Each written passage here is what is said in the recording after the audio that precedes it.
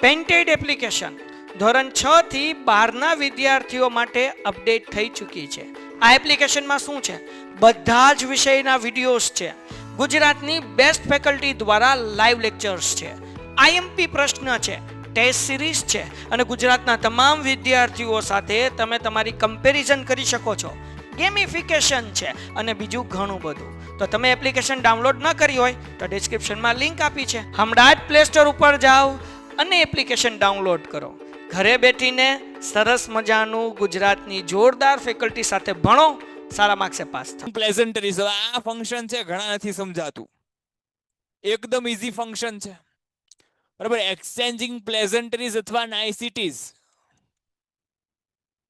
આવો આ ફંક્શન ની અંદર આપણે આમાં શું આવે તો કે વ્યવહારિક જીવનમાં વપરાતા વાક્ય આવે.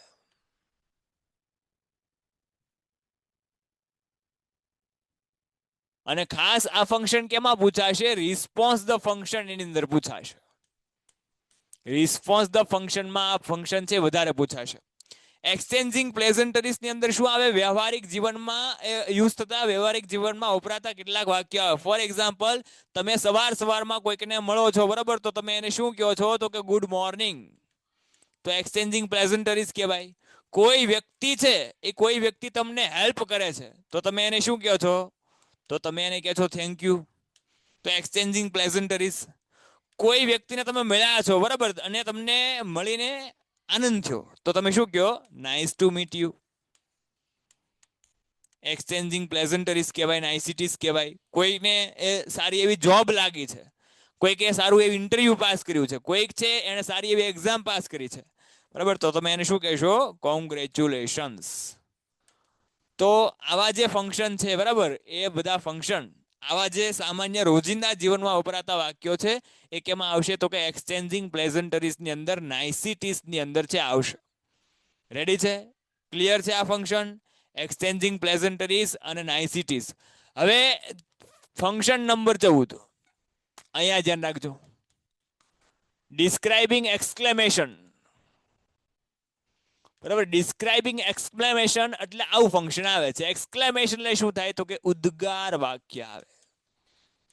એક્સક્લેમેશન એટલે ઉદ્ગાર સાથે કંઈ રજૂઆત થઈ હોય તો એને એક્સક્લેમેશન નામનું ફંક્શન કહેવાય બરાબર. ડિસ્ક્રાઇબિંગ એક્સક્લેમેશન, હવે એક્સક્લેમેશન ઇટસેલ્ફ પોતે જ એવું દર્શાવે છે કે આમાં શું આવશે? ઉદ્ગાર વાક્ય આવશે. એટલે કશું યાદ નથી રાખવાનું, જે વાક્યમાં તમને ઉદ્ગાર ચિહ્ન દેખાય એ ફંક્શન શું આવશે? એક્સક્લેમેશન, ઉદ્ગાર વાક્ય આવે. હું એમ કહું કે how pretty Alia is. How pretty Alia is. Alia કેટલી પ્રીટી છે, સુંદર છે, તો એક્સક્લેમેશન કહેવાય. હું એમ કહું કે what an idea it is. What an idea it is, તો આ પણ એક્સક્લેમેશન કહેવાય. શું અદ્ભુત વિચાર છે, એક્સક્લેમેશન છે બરાબર. હું તમને એમ કહું કે વાવ, વોટ અ બ્યુટીફુલ સીન. વાવ, કેવું અદ્ભુત દ્રશ્ય છે, તો એક્સક્લેમેશન કહેવાય. ટૂંકમાં એક્સક્લેમેશન નામના ફંક્શનની અંદર તમારે શું યાદ રાખવાનું છે? ઉદ્ગાર વાક્ય આવે.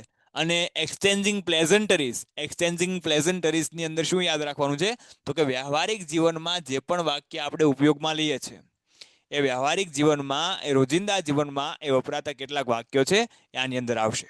ઓકે, તો ફંક્શન નંબર 13 એક્સચેન્જિંગ પ્લેઝન્ટરીઝ અને ફંક્શન નંબર 14 એક્સક્લેમેશન. ક્લિયર છે બધાને? કમેન્ટ ઓન છે, નો સમજાણું હોય તો પૂછો. 14મું ફંક્શન ફરીવાર સમજાવું એમ. એક્સક્લેમેશન એટલે શું થાય? તો કે એક્સક્લેમેશન એટલે થાય ઉદ્ગાર વાક્ય. કોઈ પણ વાક્ય ઉદ્ગાર વાક્ય હોય તો એને એક્સક્લેમેશન ફંક્શન કહેવાય. ક્લિયર છે? ઉદ્ગાર વાક્યમાં શું આવે? તો કે ઉદ્ગાર ચિહ્નની નિશાની આવે. ઉદ્ગાર વાક્યમાં શું આવે? ઉદ્ગાર ચિહ્નની નિશાની. ઉદ્ગાર ચિહ્ન છે તમને ખ્યાલ છે ને? ઉદ્ગાર ચિહ્ન કેવું આવે? તો કે જો આ ઊંધો આય, જો અહીંયા ઉદ્ગાર ચિહ્ન છે, તો ઉદ્ગાર ચિહ્ન વાળું વાક્ય હોય તો એ હંમેશા શું દર્શાવતું હોય? એક્સક્લેમેશન પણ કહેવાય. ડિસ્ક્રાઇબિંગ ઇમોશન્સ, આવું ફંક્શન પણ આવે. ડિસ્ક્રાઇબિંગ ઇમોશન્સ, ઇમોશન એટલે શું થાય? તો કે લાગણી અથવા ભાવના, આનું બીજું નામ છે તો કોઈ પણ પ્રકારની લાગણી અથવા ભાવનાઓ વ્યક્ત કરવા માટે એ ઉદ્ગાર ચિહ્નનો ઉપયોગ થાય તો એક્સક્લેમેશન અથવા ઇમોશન્સ નામનું ફંક્શન આવે. વારંવાર પૂછાતા આ બે ફંક્શન છે, પોઈન્ટ ઓફ ટાઈમ અને ડ્યુરેશન ઓફ ટાઈમ. આ ફંક્શન એવા છે કે જે વારંવાર એક્ઝામની અંદર પૂછાય છે, એટલે આને ઈશ્વરભાઈ મોતીભાઈ પટેલની કેટેગરીમાં આપણે રાખીએ છીએ. બોલે તો આઈએમપી છે, બંને ફંક્શન આઈએમપી છે. બરાબર. Point of time, point of time એટલે શું થાય? ચોક્કસ સમય બિંદુ દર્શાવે. શું દર્શાવે? ચોક્કસ સમય બિંદુ છે, ચોક્કસ સમય બિંદુ દર્શાવે. હવે કઈ રીતે ખબર પડે સાહેબ સમય બિંદુ છે? તો જો હું તમને એમ કહું કે હું 2016 થી ભાવનગરમાં રહું છું, તો આ 2016 છે એ શું કહેવાય? તો કે ચોક્કસ સમય થયો ભાઈ. શું થયો? ચોક્કસ સમય થયો. બરાબર. તો ચોક્કસ સમય દર્શાવવા માટે ઇંગ્લિશની અંદર એક કીવર્ડ વાપરવામાં આવે છે, કયો? સિન્સ.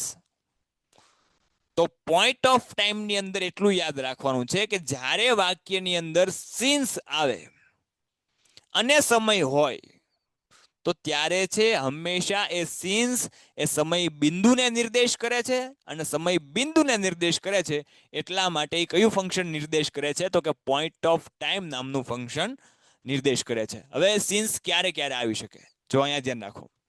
તો સિન્સ છે એ કોઈ ચોક્કસ વર્ષ પહેલા આવી શકે. દાખલા તરીકે હું એમ કીધું કે 2016 થી ભાવનગરમાં રહું છું, તો I have been living in Bhavnagar since 2016. Okay, તો 2016 એ ચોક્કસ સમય કહેવાય, તો એની પહેલા સિન્સ આવી શકે. ઓકે, પછી સિન્સ છે એ કોઈ મહિનાના નામ પહેલા આવે. સિન્સ જાન્યુઆરી, જાન્યુઆરી નહીં હો, જાન્યુઆરી. ઓકે, સિન્સ જાન્યુઆરી. ઓકે, પછી સિન્સ કોઈ પણ ચોક્કસ વારના નામ પહેલા આવી શકે, કારણ કે એ પણ ચોક્કસ સમય થયો ભાઈ. સિન્સ મંડે. સિન્સ પછી કોઈ ડેટ આવી શકે. Since 27th November.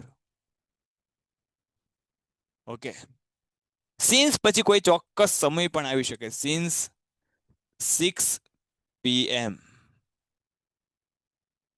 ટૂંકમાં કહેવાનો મતલબ એટલો છે કે જ્યારે કોઈ શબ્દ પહેલા સિન્સ લાગે ત્યારે સિન્સ છે એ શબ્દને ચોક્કસ, સિન્સ છે એ સમયને ચોક્કસ બનાવી દે છે.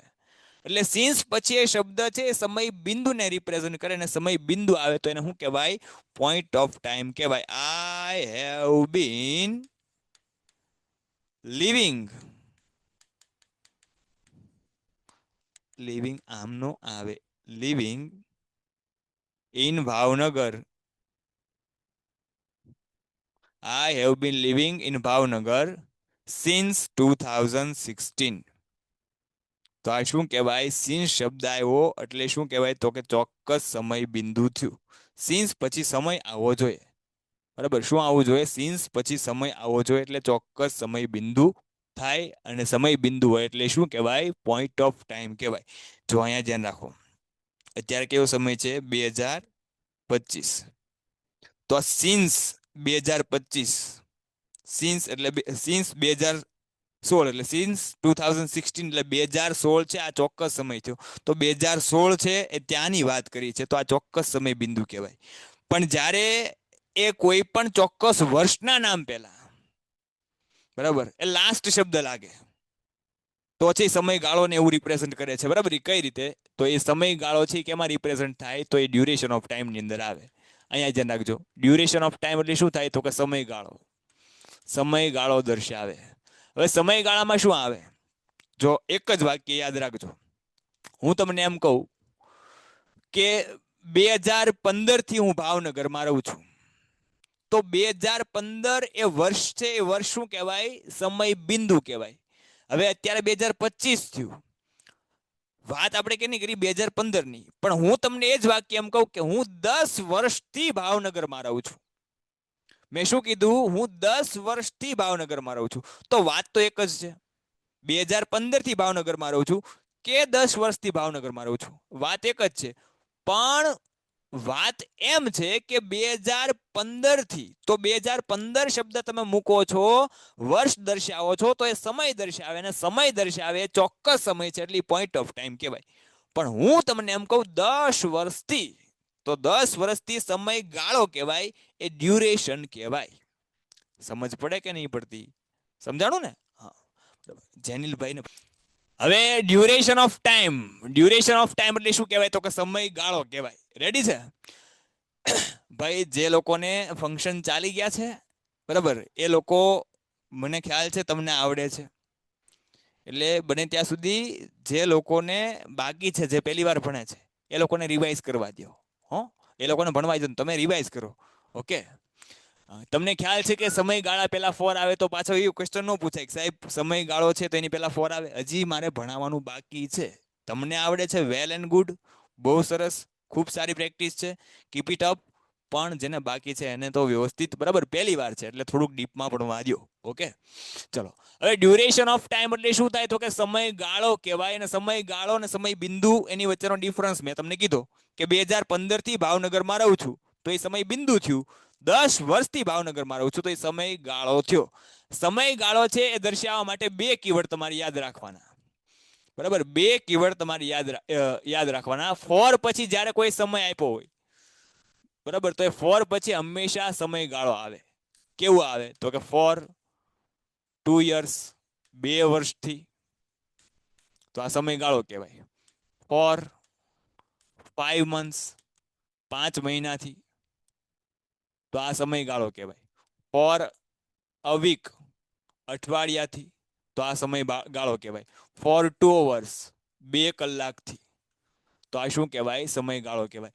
ડિફરન્સ તમે જોઈ શકો છો, બંને ફંક્શનની અંદર ડિફરન્સ તમે જોઈ શકો છો. અહીંયા છે એ સમય દર્શાવતા શબ્દ આવે છે, જ્યારે અહીંયા સમયગાળો દર્શાવતા શબ્દ છે આવે છે. ઓકે, બીજું કે હાઉ લોંગ થી જ્યારે પ્રશ્ન પૂછાય, હાઉ લોંગ વાળું પ્રશ્નાર્થ વાક્ય હોય, તો હાઉ લોંગ વાળું પ્રશ્નાર્થ વાક્ય છે એ પણ હંમેશા સમયગાળો જ દર્શાવે. એટલે હાઉ લોંગ વાળું પ્રશ્નાર્થ વાક્ય હોય તો પણ એ કયું ફંક્શન આવશે? ડ્યુરેશન ઓફ ટાઈમ નામનું ફંક્શન આવશે. હવે એક્ઝામ્પલ જોઈએ કે I have completed my homework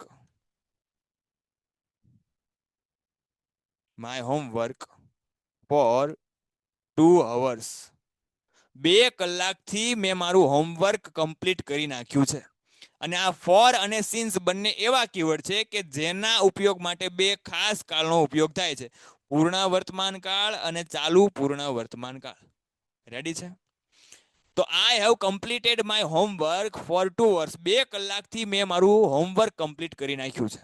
તો 2 કલાકથી એ સમયગાળો દર્શાવ્યો કહેવાય. પછી આવું વાક્ય હોય કે how long do you stay? How long have you stayed? Have you been living into ના આવે, at your grandfather's home? તમે કેટલા સમયથી તમારા દાદાના ઘરે રહો છો? તો કેટલા સમયથી, હાઉ લોંગ. તો આનો જે જવાબ મળશે એ હંમેશા શું મળશે? સમયગાળો મળશે. તો સિન્સ એ શું દર્શાવે? Point of time. How long થી પ્રશ્નાર્થ વાક્ય હોય તો એ સમયગાળો દર્શાવે, એટલે કે ડ્યુરેશન ઓફ ટાઈમ. અને ફોર પછી કોઈ સમય આપ્યો હોય તો પણ એ ડ્યુરેશન ઓફ ટાઈમ દર્શાવે છે. ચલો, આ બંને ફંક્શનની અંદર કોઈને કાંઈ ડિફિકલ્ટી હોય તો પૂછી શકે છે. પેન્ટેડ એપ્લિકેશન ધોરણ 6 થી 12ના વિદ્યાર્થીઓ માટે અપડેટ થઈ ચૂકી છે. આ એપ્લિકેશનમાં શું છે? બધા જ વિષયના વિડીયોઝ છે. ગુજરાતની બેસ્ટ ફેકલ્ટી દ્વારા લાઈવ લેક્ચર્સ છે. આઈએમપી પ્રશ્ન છે, ટેસ્ટ સિરીઝ છે અને ગુજરાતના તમામ વિદ્યાર્થીઓ સાથે તમે તમારી કમ્પેરિઝન કરી શકો છો. ગેમિફિકેશન છે અને બીજું ઘણું બધું. તો તમે એપ્લિકેશન ડાઉનલોડ ન કરી હોય તો ડિસ્ક્રિપ્શનમાં લિંક આપી છે. હમણાં જ પ્લે સ્ટોર ઉપર જાઓ અને એપ્લિકેશન ડાઉનલોડ કરો. ઘરે બેઠીને સરસ મજાનું ગુજરાતની જોરદાર ફેકલ્ટી સાથે ભણો, સારા માર્ક્સે પાસ થાઓ. કમેન્ટ ઓન છે. હેલો. બોલો. હા સર. અવાજ નથી આવતો. હેલો.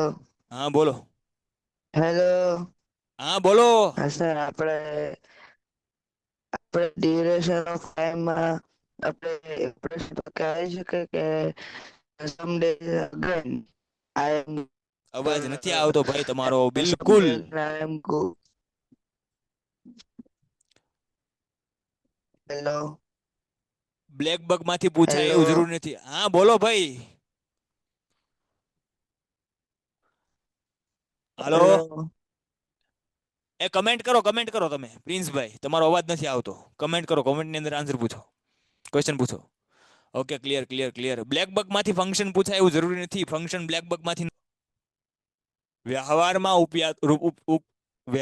ઉપયોગમાં લેવાતા વાક્ય આવે, બરાબર. વ્યવહારિક વાક્યો, વ્યવહારમાં જે વાક્યનો ઉપયોગ થાય એવા બધા જ વાક્ય એક્સચેન્જિંગ પ્રેઝન્ટરીઝ કહેવાય.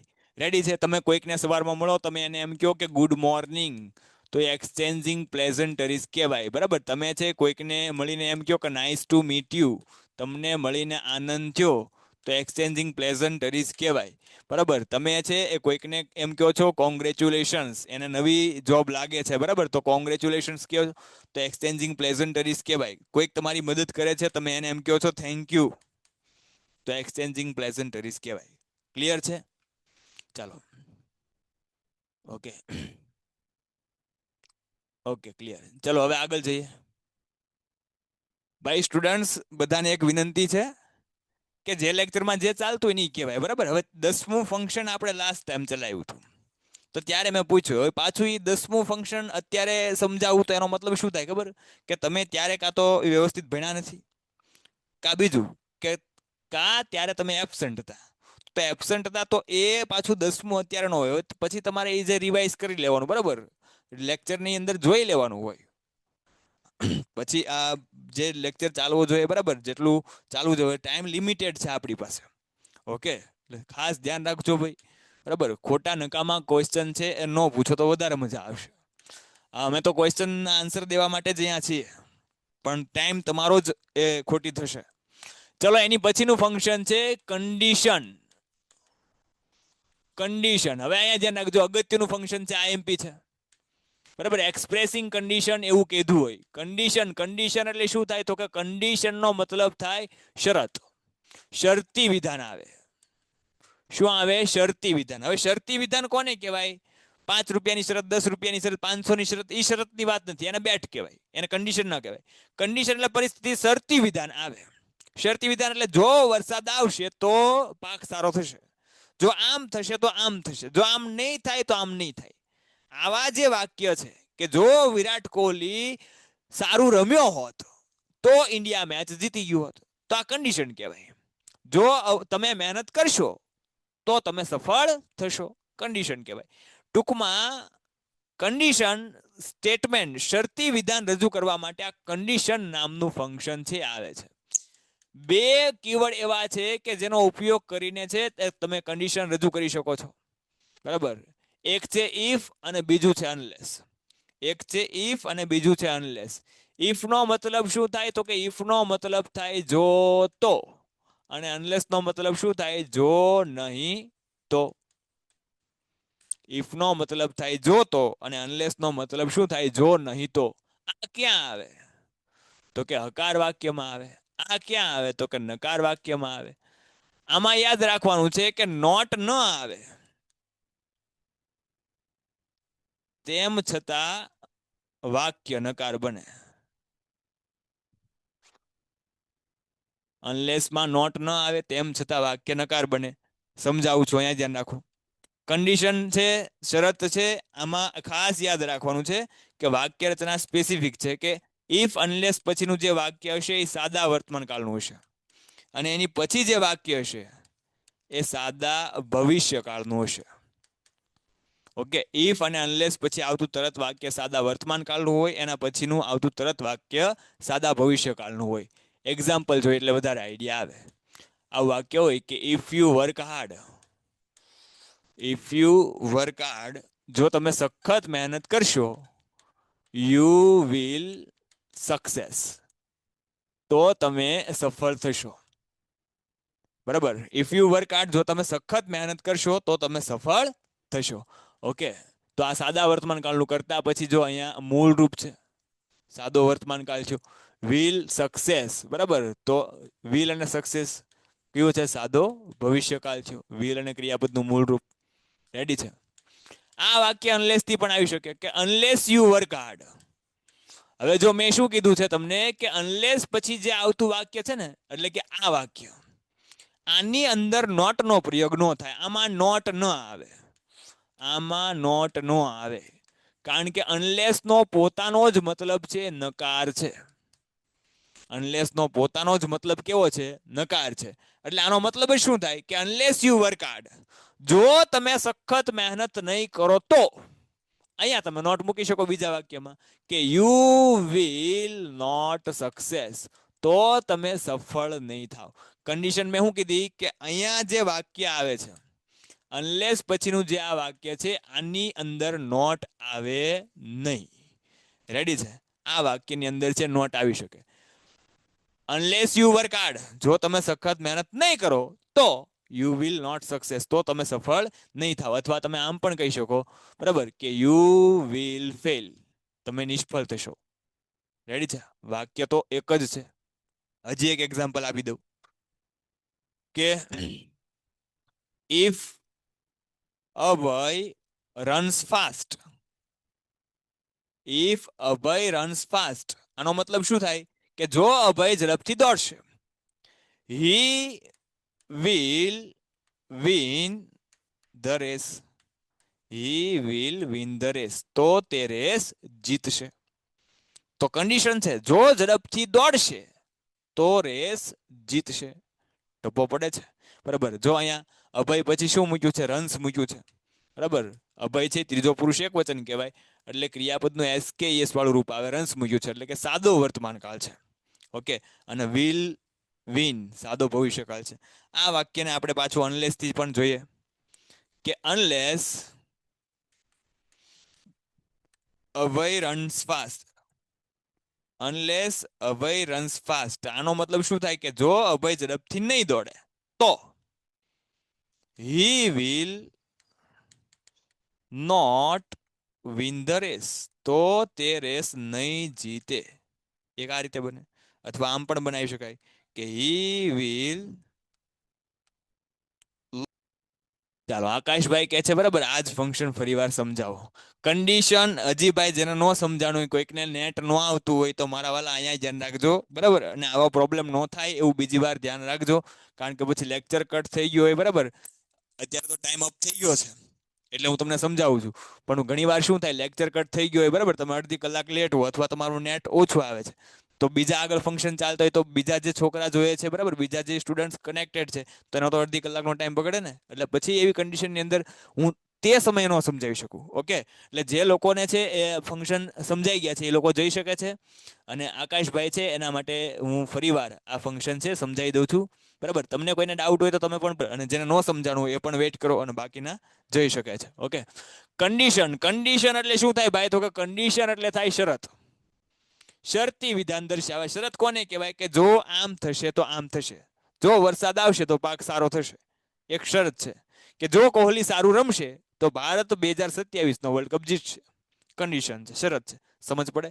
તો કન્ડિશન એટલે શરતી વિધાન દર્શાવવા માટે વપરાય. એમાં બે કીવર્ડ વપરાય, ઇફ અને અનલેસ. ઇફ નો મતલબ થાય જો તો, અનલેસ નો મતલબ થાય જો નહીં તો. જો તો હકાર વાક્યની અંદર વપરાય, એટલે કે ઇફ હકાર વાક્યની અંદર આવે, અને અનલેસ થી નકાર વાક્યમાં આવે. શું કામ? કારણ કે અનલેસ નો પોતાનો જ મતલબ નકાર છે. ઓકે. અનલેસ માં નોટ ન આવે તેમ છતાં વાક્ય નકાર બને. અનલેસ માં નોટ ન આવે તેમ છતાં વાક્ય નકાર બને, કારણ કે એનો પોતાનો જ મતલબ નકાર છે.